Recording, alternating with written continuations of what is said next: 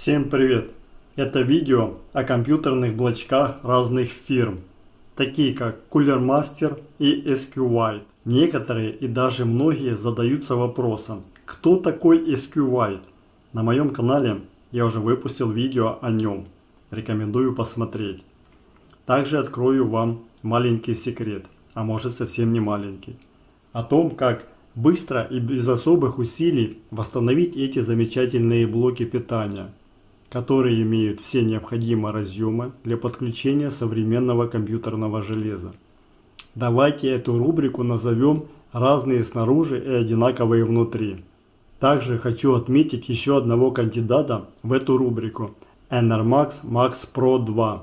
Тоже подходит в эту компанию. Уже по традиции первый запуск я произвожу через лампочку или лампу накаливания, как кому удобно. Также для проверки беру два таких тестера. Почему он удобнее? Он показывает работоспособность микросхемы дежурки. Этот тестер показывает стабильность всех выходных напряжений. Поэтому в своем обиходе лучше иметь два таких тестера. Все инструменты, которые увидите в этом видео, можно будет приобрести по ссылкам, которые находятся под видео. На первом этапе нужно проверить работоспособность микросхемы дежурки, чтобы понимать, в каком направлении дальше двигаться. Подключаем к разъему. Так, подключил питание. Включаем. Так, лампочка зажглась и тлеет. На тестере нет никаких показателей. Говорит о том, что блок питания в неисправном состоянии. То же самое делаю и со вторым блоком.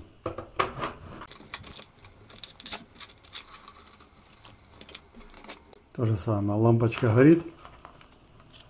На тестере нет никаких реакций. Убираю лишние инструменты и приступаем к разборке этих блоков. Эти блоки не вскрывались, видим по установленным заводским пломбам. Также на этом блоке то же самое имеется заводская пломба.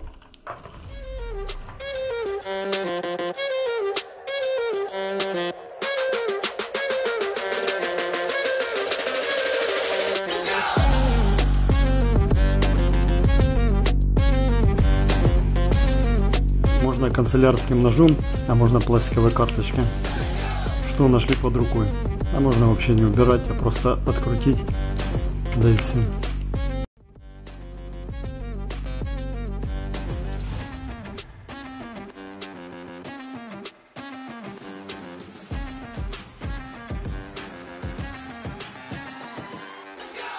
Так, видим немного пыли внутри.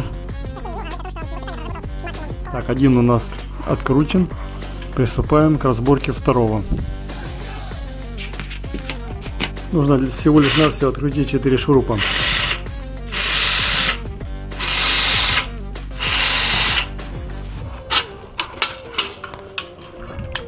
А у этого даже пыли нету особой. Так, это называется «Найди 10 отличий». Давайте посмотрим на конденсатор, который на 450 вольт 270 микрофарад. Здесь конденсатор чуть побольше, на 400 вольт 330 микрофарад. Неудивительно, потому что SQWhite на 600 ватт, а здесь Aerocool на 500 ватт. Какие еще мы видим отличия? Микросхема дежурки одинаковая. Почему SQWhite обделен должным вниманием? Это хороший вопрос, так как бренд Cooler Master и Enermax многим знаком и приобретается охотнее, чем SQWhite. Поэтому в этом видео показываю, что это совершенно одинаковая схемотехника и рекомендую покупки. Но случаются моменты, когда попадаются некачественные электронные компоненты, которые раньше времени выходят из строя. Как тестировщик я с уверенностью могу указать на слабое место в этой схемотехнике. Также вы можете ознакомиться с тестами SQWhite на 500 и 600 Вт на сайте. Ссылка указана на экране и под видео. Продолжение следует.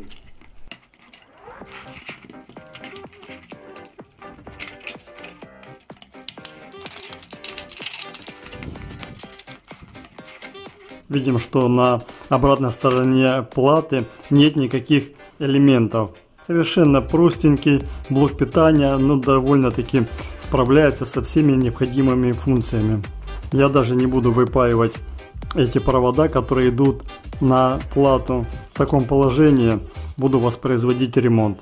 Вот этот диод, который здесь расположен, два контакта, сейчас покажу. Выпаиваем и вставляем заведомо рабочий диод. Таких блоков питания я перебрал уже около 10. И у них у всех типичная проблема. Выходят из строя вот этот диод, который находится рядышком с трансформатором. И иногда выходит из строя вот этот конденсатор вот в таком исполнении в квадрате. А теперь вернемся к нашим баранам. В этой баночке находится 17 диодов, которые я собирал и хранил целый год для выпуска этого видео. Вы верите в такой термин, как заранее заложенная неисправность? Термин «заранее заложенная неисправность» в контексте электроники связан с практикой, когда производитель намеренно проектирует устройство или его компоненты так, чтобы они ломались или выходили из строя через определенное время или после определенного количества использований. Это часть более широкого явления, известного как планируемое устаревание. В электронике это может проявляться в нескольких формах, таких как использование дешевых компонентов с ограниченным сроком службы, которые начинают выходить из строя через несколько лет. Проблема с совместимостью. Например, невозможно обновить программное обеспечение устройства, что с течением времени делает его устаревшим. Сложность в ремонте, который устройства проектируются так, что ремонтировать их очень сложно или экономически невыгодно, что заставляет пользователей покупать новые устройства вместо ремонта старого. Этот подход способствует быстрому циклу обновлений и повторных покупок, что выгодно производителям, но часто вызывает недовольство у потребителей. Это диоды, маркировка, которая устанавливается в эти блоки питания. Как не поверить в этот заговор, а?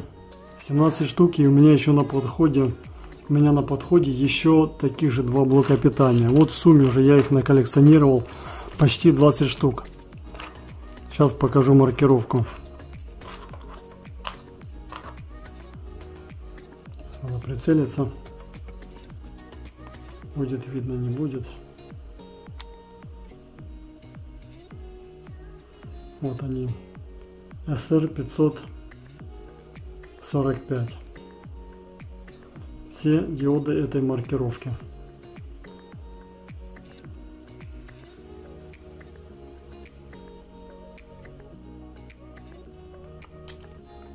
Или бракованные диоды, или заложенная неисправность.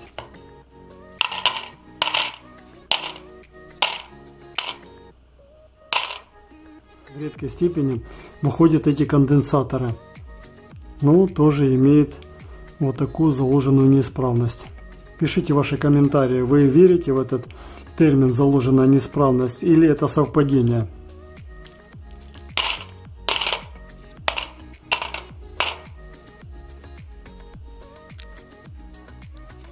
Такие диоды с похожими характеристиками SR540 или SR560, 15 ампер 40 вольт или 15 ампер на 60 вольт можно купить за сущие копейки. Вот на Алиэкспрессе 20 штук можно купить за 99 центов. Поэтому заказываем, покупаем и восстанавливаем свой замечательный блок питания от фирмы SQWhite. После замены этих компонентов он будет работать практически вечно. Из теории плавно переходим к практике. Проверяем купленные диоды мультитестером, соблюдаем полярность, но перед этим соблюдаем техническую безопасность. Извлекаем высоковольтный конденсатор или разряжаем его в ноль. Такую процедуру может выполнить любой школьник, имея при себе паяльник, канифоль и желание что-либо делать. Проверяем качество пайки, монтируем специфический разъем для быстрого теста не тратя время на монтаж его в корпус. Обращаем внимание, как себя ведет лампочка. Лампочка мигнула и постоянно горит, как при коротком замыкании. Если было бы короткое замыкание, то светодиод дежурки просто-напросто бы не загорался. Скорее всего, 90% этот блок питания теперь уже исправен. Еще нужно учитывать, если просто взять обычный провод с вилкой в розетку 220 и подключать напрямую без лампочки, без какой-либо нагрузки, обращаем внимание, что будет происходить. Смотрим на тестер, у него нет никаких реакций. Почему же так происходит? С лампочкой дежурка загоралась, но лампочка показывала короткое замыкание. В этом есть определенная причина. При подключении напрямую надо использовать вот этот входной фильтр. Через него подключать. Я уже соорудил вот такую конструкцию, вывел через этот фильтр 2 провода. И будем напрямую подключать. Подсоединяю обычный кабель компьютерный. Проверяем. Тот же самый блок питания. Я ничего не менял, ничего не переделывал. Просто отсоединяю.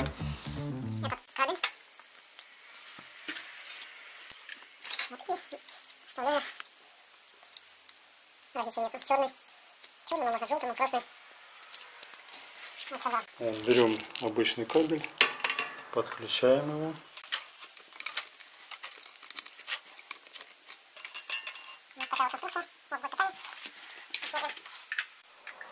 Опа!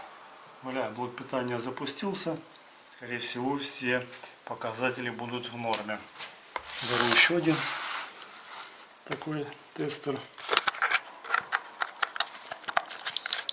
Показатели все в норме. Так, видно, не видно. Беру разъем для видеокарты. Все, полностью исправный блок питания. Все показатели в норме. Это кабель на питание процессора на 8 пин. Возьму с донора, и можно собирать, и блок питания полностью в рабочем состоянии. Проверю его еще под нагрузкой в играх или в программе Furmark или AIDA 64. Разъем для питания процессора берем с нерабочего блока, желательно с черными проводами. Припой, паяльник, термоусадка, зажигалка и третью руку. Да, совсем забыл, обязательно нужно прозвонить провода по схеме подключения, так как они черного цвета, они цветные. Можно запутаться. Так, все. Я его запаял. Теперь надо все это аккуратненько вернуть на место.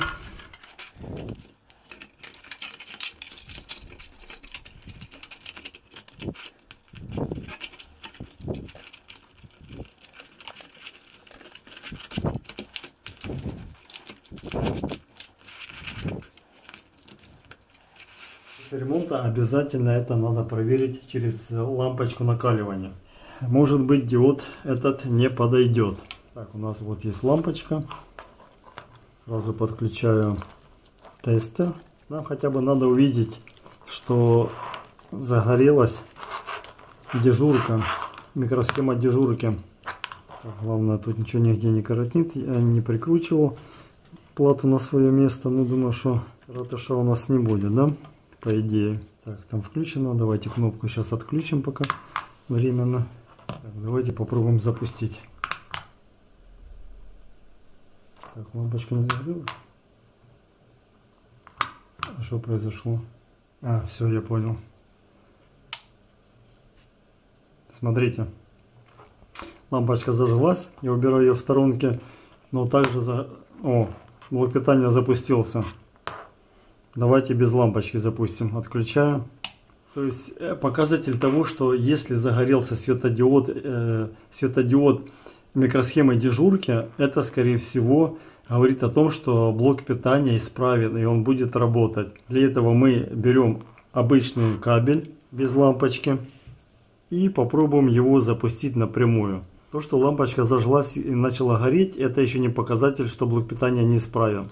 Сейчас я ее отключаю и подключаю через обычный кабель. Так, тумблер в положении выключен, током ударило.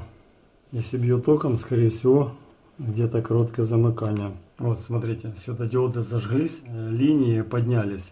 Для этого я отключу и попробуем запустить через другой тестер.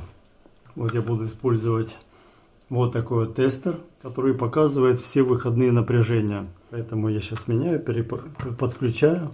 Этот тестер я использую для того, чтобы понять, рабочая микросхема дежурки или нет.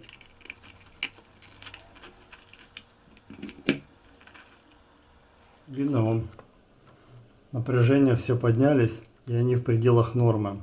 12 вольт 11,8, 5 вольт 5, 12,5. Ну, это все стандартные в пределах нормы показатели.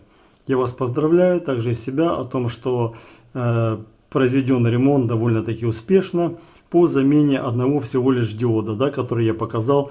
Он выходит очень часто именно в том месте на всех этих блоках питания. Если у вас попался именно такой блок SQ-White, Cooler Master или Enermax Max Pro 2, то вы также на коленке, как и я, сможете произвести этот легкий ремонт, имея при себе только паяльник, припой и запасной диод. И у вас совершенно новый блок питания, который будет работать без каких-либо проблем еще несколько лет. Но не торопитесь, у нас же еще один блок питания на ремонте, и сделаем те же самые манипуляции. Также поменяю диод и проверим его на работоспособность. И не только с помощью этого тестера, но еще подключим компьютер и погоняем его в какой-либо игре или программе Furmark под нагрузкой. В течение, там, я думаю, 5 минут будет достаточно. Тестирую блок питания AeroWhite на 600 Вт с сертификатом 80+, это от фирмы AeroCool, 600 Вт, да?